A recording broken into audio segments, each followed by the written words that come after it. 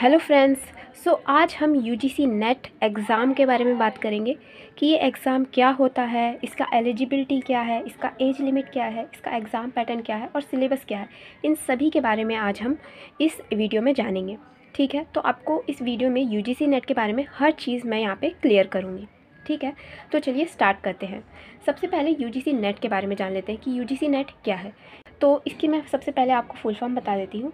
UGC net में UGC का मतलब है, यूजीसी का फुल फॉर्म है university grant commission and net का मतलब है नेशनल एलिजिबिलिटी टेस्ट। तो ये एक तरीके का एग्ज़ाम है जो कि आपको एलिजिबल बनाता है कि आप एक प्रोफेसर बन सकते हैं। मतलब ये इस एग्ज़ाम को क्लियर करने के बाद आप एक तरीके से एलिजिबल हो जाएंगे प्रोफेसर बनने के लिए किसी भी यूनिवर्सिटी में। यूजीसी नेट एक ऐसा एग्ज़ाम है जिससे आप एलिजिबल हो जाओगे कहीं पे भी किसी भी यूनिवर्सिटी में प्रोफेसर बनने के लिए। देश की किसी भी यूनिवर्सिटी में प्रोफेसर बनने के लिए आप एलिजिबल हो जाओगे। एक तरीके से यूजीसी नेट एक मिनिमम क्राइटेरिया होता है। ठीक है, तो आपको अगर आपको प्रोफेसर बनना है तो यूजीसी नेट एक तरीके से मिनिमम क्राइटेरिया होता है प्रोफेसर बनने का। मतलब अगर आपको प्रोफेसर बनना है तो आपको यूजीसी नेट ज़रूर क्रैक करना होगा। और इवन अगर आप रिसर्च की फील्ड में भी जाना चाहते हो, जैसे कि अगर आप रिसर्च में जाना चाहते हो, रिसर्च करना चाहते हो, तो उसके लिए भी मिनिमम क्राइटेरिया होगा यूजीसी नेट जेआरएफ। ठीक है, यूजीसी नेट जो एग्ज़ाम है वो बहुत इंपॉर्टेंट है। किसके लिए? प्रोफेसर के लिए। कि आप प्रोफेसर बनना चाहते हो तो आपको यूजीसी नेट क्लियर होना चाहिए। और अगर आप रिसर्च फील्ड में जाना चाहते हो तो उसके लिए भी एक मिनिमम क्राइटेरिया है कि आप यूजीसी नेट को क्लियर करें। एंड यहाँ पे यूजीसी नेट के साथ एक और वर्ड यहाँ पे मैंने लिखा है जेआरएफ। जेआरएफ का मतलब होता है जूनियर रिसर्च फेलोशिप। मतलब अगर आपने जेआरएफ को क्लियर कर लिया और आप रिसर्च वर्क में गए तो आपको हर महीने कुछ अमाउंट मिलता रहेगा, अमाउंट ऑफ मनी मिलता रहेगा आपको रिसर्च करने के दौरान। तो जेआरएफ का यही फ़ायदा है कि आपको रिसर्च करने के दौरान, मतलब पीएचडी करने के दौरान आपको कुछ एक तरीके से मंथली जो है आपको पेमेंट मिलती है, आपको सैलरी, इस एक तरीके से सैलरी मिलती है आपको मंथली। ठीक है, तो ये जेआरएफ का फ़ायदा होता है। आई होप आप ये समझ गए होंगे। अगर आपने यूजीसी नेट एग्ज़ाम दिया है तो जिन जिन बच्चों ने एग्ज़ाम दिया है उसमें से सिर्फ 1% बच्चों को ही जेआरएफ मिलता है। जेआरएफ सिर्फ 1% बच्चों को ही मिलता है। ठीक है, 1% बच्चों को ही मिलता है। मतलब जिसके ज़्यादा मार्क्स आएंगे उन ज़्यादा मार्क्स वाले में से सिर्फ 1% बच्चों को ही जेआरएफ मिलता है। तो यहाँ पे आप यूजीसी नेट दे रहे हैं, मतलब ये कि आप जेआरएफ भी एक तरीके से दे रहे हैं। ठीक है ना। तो अगर आप ज़्यादा मार्क्स लाते हैं, मतलब 1% बच्चों में आते हैं, तो आपको जेआरएफ भी मिल जाएगा, जिससे आप अगर पीएचडी में जाएंगे तो आपको क्या होगा कि आपको मंथली कुछ अमाउंट जो है मिलता रहेगा। ठीक है, और अब हम देख लेते हैं, जैसे कि फॉर एग्ज़ाम्पल आपने यूजीसी नेट को क्रैक कर लिया, यूजीसी नेट एग्ज़ाम को क्रैक कर लिया, तो ये जो आपको सर्टिफिकेट मिलेगा फिर उसके बाद, तो वो कितने टाइम तक एक तरीके से रहेगा, वैलिड कितने टाइम तक रहेगा। तो यूजीसी नेट का जो आपने अगर क्रैक कर लिया तो वो आपके लिए वैलिड रहेगा पूरे लाइफ टाइम। जैसे कि आपने यूजीसी नेट क्रैक कर लिया तो वो जो है आपके लिए लाइफ टाइम, आप एक तरीके से आपने आपके पास वो सर्टिफिकेट रहेगा। मतलब आप लाइफ टाइम के लिए एलिजिबल हो जाओगे प्रोफेसर बनने के लिए। मतलब आप कोई एक तरीके से ड्यूरेशन नहीं रहेगा कि उस सर्टिफिकेट का कि आपको फिर से जो है वो एग्ज़ाम देना पड़ेगा। ठीक है, तो यूजीसी नेट आपने एक बार क्रैक कर लिया तो उसका जो सर्टिफिकेट है जो आपको मिलेगा, यूजीसी नेट क्रैक करने के बाद जो सर्टिफिकेट मिलेगा वो आपके लिए लाइफ टाइम के लिए वैलिड रहेगा। ठीक है, पर जेआरएफ के लिए ऐसा नहीं है। अगर आपने यूजीसी नेट क्रैक कर लिया फिर उसके साथ आपको जेआरएफ भी मिल गया, मतलब जेआरएफ का सर्टिफिकेट भी आपको मिल गया, तो ये जेआरएफ सिर्फ कितने सालों तक वैलिड रहता है? सिर्फ 3 सालों तक, 3 ईयर्स तक जो है जेआरएफ आपका वैलिड रहता है। तो आपको पता चल गया है कि यूजीसी नेट हमारा लाइफ टाइम तक वैलिड रहता है, पर जेआरएफ हमारा 3 सालों तक ही वैलिड रहता है। ठीक है, अब हमने एग्ज़ाम के बारे में समझ लिया है कि एग्ज़ाम किस तरीके से क्या है एग्ज़ाम। ठीक है, अब हम इसका एलिजिबिलिटी समझ लेते हैं कि क्या एलिजिबिलिटी है, मतलब क्या हम एलिजिबल हैं इस यूजीसी नेट एग्ज़ाम को देने के लिए, तो वो समझ लेते हैं। ठीक है, तो इसका एलिजिबिलिटी क्या है? इसके लिए आपको अपनी मास्टर्स क्लियर करनी होगी। मतलब आपके पास जो है मास्टर्स की डिग्री होनी चाहिए इसके लिए, यूजीसी नेट के लिए। और मास्टर्स में भी 50% आपके मार्क्स आने चाहिए। ठीक है, अगर आपके पास 50 नहीं 55 55% जो है आपके मास्टर्स में जो है 55% जो है आपकी होनी चाहिए, तभी जो है आप यूजीसी नेट को देने के लिए एलिजिबल हैं, ना तो आप यूजीसी नेट को देने के लिए एलिजिबल नहीं है। पर यहाँ पे कुछ एक्सेप्शन एक तरीके से है, मतलब कोई रिज़र्व कैटेगरी है, रिज़र्व कैटेगरीज़ जैसे कि ओबीसी हो गया, ओबीसी, एससी, एसटी या वुमेन्स, इनके लिए जो है 50% जो है होना चाहिए। 50% जो है एक तरीके से मार्क्स जो है होने चाहिए मास्टर्स में, ठीक है। तो आपने आई होप समझ लिया होगा एलिजिबिलिटी क्राइटेरिया। आपके जो है मास्टर्स में 55% होनी चाहिए अगर आप जनरल कैटेगरी से बिलोंग करते हैं। पर अगर आप कोई रिज़र्व कैटेगरी से हैं, ओबीसी, एससी, एसटी या फिर आप वुमेन हैं, तो आपको सिर्फ 50% मार्क्स ही होने चाहिए मास्टर्स में, ठीक है। मतलब 50% से कम होंगे तो आप एलिजिबल नहीं होंगे यूजीसी नेट के लिए। अगर आपके 50% या उससे ज़्यादा है तो अब जो है आप एलिजिबल हैं यूजीसी नेट के लिए, ठीक है। तो मतलब 50% या उससे ज़्यादा आपके आने चाहिए, तभी आप यूजीसी नेट के लिए एलिजिबल हैं। पर यहाँ पे जो मास्टर्स कर रहे हैं, मतलब जो अभी अपने मास्टर्स कर रहे हैं, वो क्या यूजीसी नेट का एग्ज़ाम दे सकते हैं? तो हाँ, अगर आप मास्टर्स कर रहे हैं तो भी आप जो है अपना यूजीसी नेट का एग्ज़ाम दे सकते हैं। मैं भी अभी मास्टर्स कर रही हूँ अपनी, और मैंने यूजीसी नेट का एग्ज़ाम दे दिया है और मैं क्वालिफ़ाई भी हो गई हूँ। मतलब मैंने यूजीसी नेट जो है मैं क्वालिफ़ाई हो गई हूँ, मुझे सर्टिफिकेट भी मिल गया है। तो आप जो है मास्टर्स में हैं तब भी जो है आप यूजीसी नेट का एग्ज़ाम दे सकते हैं, क्योंकि यहाँ पे अगर आपने यूजीसी नेट क्रैक कर लिया है तो यूजीसी नेट आपको 2 साल देता है, 2 साल देता है क्या करने के, मास्टर्स को क्रैक करने के। अपनी मास्टर्स को आप 2 सालों में क्रैक कर लीजिए। मतलब यूजीसी जो है आपको 2 साल देगा कि हाँ 2 सालों के अंदर अपनी मास्टर्स आप जो है कर लीजिए, वो भी 55% या फिर 50% से, तो आप जो है एक तरीके से एलिजिबल हो जाओगे, ठीक है। तो यहाँ पे आप अपनी मास्टर्स में यूजीसी नेट का एग्ज़ाम दे सकते हो, क्योंकि 2 साल देता है यूजीसी कि आप जो है अपनी मास्टर्स कर सको, है ना। इसलिए आप अपनी मास्टर्स के दौरान भी जो है आप यूजीसी नेट को दे सकते हो। पर आपको 2 सालों के अंदर अपनी मास्टर्स कंप्लीट करनी होगी। अगर आपने 2 सालों के अंदर अपनी मास्टर्स कंप्लीट नहीं की, मतलब अगर आप यूजीसी नेट के लिए क्वालिफाई हो गए, मतलब आपको सर्टिफिकेट भी मिल गया, आप पास हो गए हो, आपको जो है यूजीसी नेट का सर्टिफिकेट मिल गया है, तो उसके बाद से 2 सालों के अंदर अगर आपकी मास्टर्स कंप्लीट नहीं हुई तो वो जो सर्टिफिकेट है वो इनवैलिड हो जाएगा, ठीक है। तो ये आपको ध्यान रखना है। अब इसकी एज लिमिट देख लेते हैं। एज लिमिट क्या है? बेसिकली यूजीसी नेट के लिए कोई भी एज लिमिट नहीं है, no age limit, but JRF के लिए है, जेआरएफ के लिए एज लिमिट है। सो यहाँ पे जेआरएफ की एज लिमिट है। जेआरएफ की एज लिमिट क्या है? 31 तक। मतलब आपका जो है 31 तक जो है एज होना चाहिए। अगर आपने 31, अगर आप 32 हो गए हो तो आप जो है जेआरएफ के लिए एलिजिबल नहीं हो। फिर आप जेआरएफ एक तरीके से आपको जेआरएफ का सर्टिफिकेट नहीं मिलेगा, अगर आपका ज़्यादा अच्छा भी मतलब मार्क्स आया तो भी, है ना। तो आपका एक एज होना चाहिए 31 तक। ये तो है अनरिज़र्व कैटेगरी के लिए, है ना। रिज़र्व कैटेगरी है जो, या फिर वुमेन्स है, उनके लिए यहाँ पे रिज़र्व्ड या फिर वुमेन्स हैं, उनके लिए यहाँ पे 5 इयर्स और हैं इसमें। मतलब 5 इयर्स एक्स्ट्रा दिए जाएंगे, 31 और 5 इयर्स एक्स्ट्रा दिए जाएंगे, मतलब 36 इयर्स दिए जाएंगे।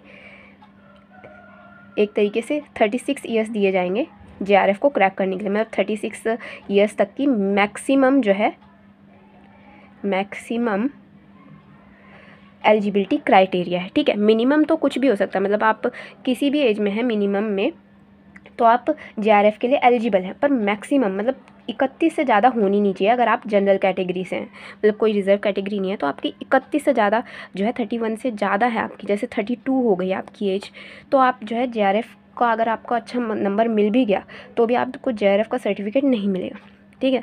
अगर आपको अच्छा नंबर मिल भी गया तो भी आपको जेआरएफ नहीं मिलेगा, क्योंकि एज है यहाँ पे 31। और अगर आप वीमेन या रिज़र्व कैटेगरी मतलब ओबीसी, एससी या एसटी से बिलोंग करते हैं तो आपको 36 आपका मैक्सिमम एज लिमिट है। मतलब अगर आप 37 हो गए तो आप जेआरएफ के लिए एलिजिबल नहीं होंगे, ठीक है। तो ये एज लिमिट्स हैं। आप आई होप यहाँ तक समझ में आ गया होगा आपको। बहुत खिचड़ पिचड़ कर दिया मैंने वैसे। कोई नहीं, अब हम आगे एग्ज़ाम पैटर्न के बारे में जान लेते हैं। एग्ज़ाम पैटर्न क्या होता है यूजीसी नेट का। तो यहाँ पे मैं एक और बार यहाँ पे लिख देती हूँ यूजीसी नेट। तो यहाँ पे यूजीसी नेट में 2 पेपर्स होते हैं। यहाँ पे मैं ऐसे लिख देती हूँ पेपर 1 और यहाँ पे पेपर 2 होता है। ये 2 पेपर होते हैं। पेपर 1 सभी के लिए कॉमन होता है, मतलब सभी को पेपर 1 तो देना ही पड़ता है कॉमन। पर पेपर 2 जो होता है वो सब्जेक्ट स्पेसिफिक होता है। सब्जेक्ट स्पेसिफिक मतलब अगर आपने मतलब जो भी आपने मास्टर में सब्जेक्ट लिया है, जैसे कि आपने पॉलिटिकल साइंस लिया है तो आपका जो है पॉलिटिकल साइंस के ऊपर ही जो है पेपर 2 होगा। तो पेपर 1 सभी सब्जेक्ट ले, चाहे आप ज्योग्राफी से, चाहे आपका मास्टर ज्योग्राफी से हुआ हो या फिर कॉमर्स से हुआ हो या फिर किसी भी सब्जेक्ट से, किसी लैंग्वेज सब्जेक्ट से हो सकता है, हिंदी इंग्लिश इन सब्जेक्ट से भी हुआ हो, तो भी आपका जो पेपर 1 है वो कॉमन रहेगा सभी सब्जेक्ट के लिए। पर पेपर 2 सब्जेक्ट स्पेसिफिक है, मतलब अगर आपका पोल साइंस है सब्जेक्ट मास्टर्स में तो आपको जो है यहाँ पे मास्टर्स का ही जो है बेसिकली मास्टर्स में पॉलिटिकल साइंस से ही आपके पेपर 2 में क्वेश्चंस आएंगे। ओके, यहाँ पे एक और चीज़ मैं आपको बता देती हूँ, आपने जिस सब्जेक्ट से अपनी मास्टर्स की है उसी सब्जेक्ट से आपको यूजीसी नेट का एग्ज़ाम देना पड़ेगा, मतलब उसी सब्जेक्ट को आपको सिलेक्ट करना होगा यूजीसी नेट में। ठीक है, यूजीसी नेट का जब एग्ज़ाम फॉर्म आप फिल करोगे तो उसी सब्जेक्ट को आपको फिल करना होगा जो कि आपने मास्टर्स में कर रखा है या आप कर रहे हैं।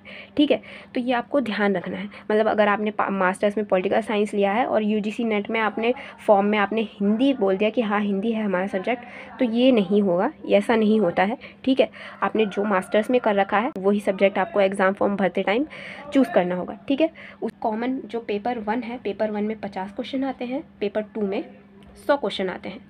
ठीक है, यही रहता है, कोई भी नेगेटिव मार्किंग नहीं होती, नेगेटिव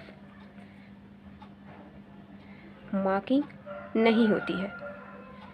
ठीक है, सो यहाँ पे नेगेटिव मार्किंग का मतलब ये है कि अगर आपने कोई गलत कोई क्वेश्चन कर दिया है तो उसका आपको नंबर नहीं कटेगा। जैसे कुछ एग्ज़ाम ऐसे होते हैं, जैसे एसएससी का एग्ज़ाम ले लें, तो उनमें अगर आपने कोई गलत आंसर पे टिक लगा दिया है तो उसके आपके नंबर कट जाएंगे। पर यूजीसी नेट में ऐसा नहीं है, नेगेटिव मार्किंग नहीं होती, मतलब अगर आपने कोई गलत आंसर दे दिया है तो उसके नंबर नहीं कटेंगे। ठीक है, टोटल जो एग्ज़ाम होता है वो 3 घंटे का होता है, 3 आवर्स का होता है। ठीक है, 3 आवर्स में आपको ये पूरा एग्ज़ाम देना पड़ता है, ये पेपर 1 का भी पेपर 2 का भी। यहाँ पे पेपर 1 पेपर 2 तो है, पर यहाँ पे आपका कोई अलग अलग पेपर नहीं होगा, जैसे पेपर 1 पहले हो गया फिर पेपर 2 बाद में हो गया, ऐसा कुछ भी नहीं है। आपका पहले बात तो एग्ज़ाम जो है CBT मोड में होगा। CBT क्या है? Computer based exam, computer based exam होगा, मतलब कंप्यूटर पर आपको जो है एग्ज़ाम देना पड़ेगा और उसी में ही जो है पेपर 1 पेपर 2 दोनों के ही क्वेश्चंस होंगे। ठीक है, पेपर 2 के लिए आप एक तरीके से लगा सकते हो कि 1 आवर लगा सकते हो और पेपर 2 के लिए 2 आवर्स लगा सकते हो।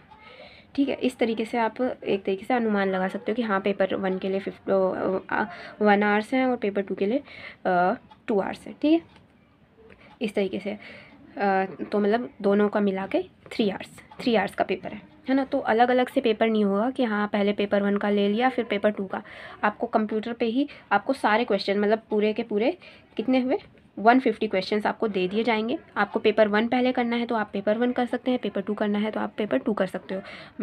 ठीक है, CBT तो आपको पता ही होगा, कंप्यूटर बेस्ड एग्ज़ाम होता है, कैसे करना होता है वो भी आपको आइडिया होगा ही। ठीक है, आई होप यहाँ तक आप समझ गए होंगे कि एग्ज़ाम किस तरीके से होता है, कोई भी नेगेटिव मार्किंग नहीं है। और हाँ, कितने नंबर का एग्ज़ाम है ये भी मैं आपको बता देती हूँ। एक करेक्ट अगर आप क्वेश्चन करते हैं तो उसका आपको 2 मार्क्स मिलता है, 2 नंबर मिलता है। मतलब पूरा जो है कितने नंबर का हुआ पेपर, 300 मार्क्स का हुआ पेपर। ठीक है, 300 मार्क्स का पेपर होता है। ठीक है, एक जो है क्वेश्चन कितने नंबर का होता है, एक क्वेश्चन होता है 2 नंबर का। ठीक है, कोई नेगेटिव मार्किंग नहीं है, मतलब आपको सारे जो है आप क्वेश्चंस को अटैम्प्ट कर सकते हो, कोई भी आपके नंबर नहीं कटेंगे। अगर कोई गलत अगर आपने आंसर दे दिया तो सही देंगे तो आपको 2 नंबर मिलेंगे। मतलब पूरा जो पेपर है हमारा वो है 300 मार्क्स का। आई होप यहाँ तक आप समझ गए होंगे कि 300 मार्क्स का हमारा पूरा पेपर होता है। ठीक है, अब थोड़ा सा सिलेबस के बारे में समझ लेते हैं, सिलेबस क्या है। ठीक है, यहाँ एग्ज़ाम पैटर्न हमने समझ लिया, अब थोड़ा सा सिलेबस के बारे में समझ लेते हैं कि सिलेबस क्या है। तो पहले पेपर 1 का सिलेबस देख लेते हैं, पेपर 1 का सिलेबस। ठीक है, पेपर 1 बेसिकली सबके लिए कॉमन होता है। तो पेपर 1 में जैसे कि पेपर 1 है तो पेपर 1 में 10 यूनिट्स होती हैं, 10 यूनिट्स। आपको अगर पेपर 1 का सिलेबस चाहिए तो वो आप ऑनलाइन डाउनलोड कर सकते हो। जैसे आप लिखोगे गूगल पे UGC नेट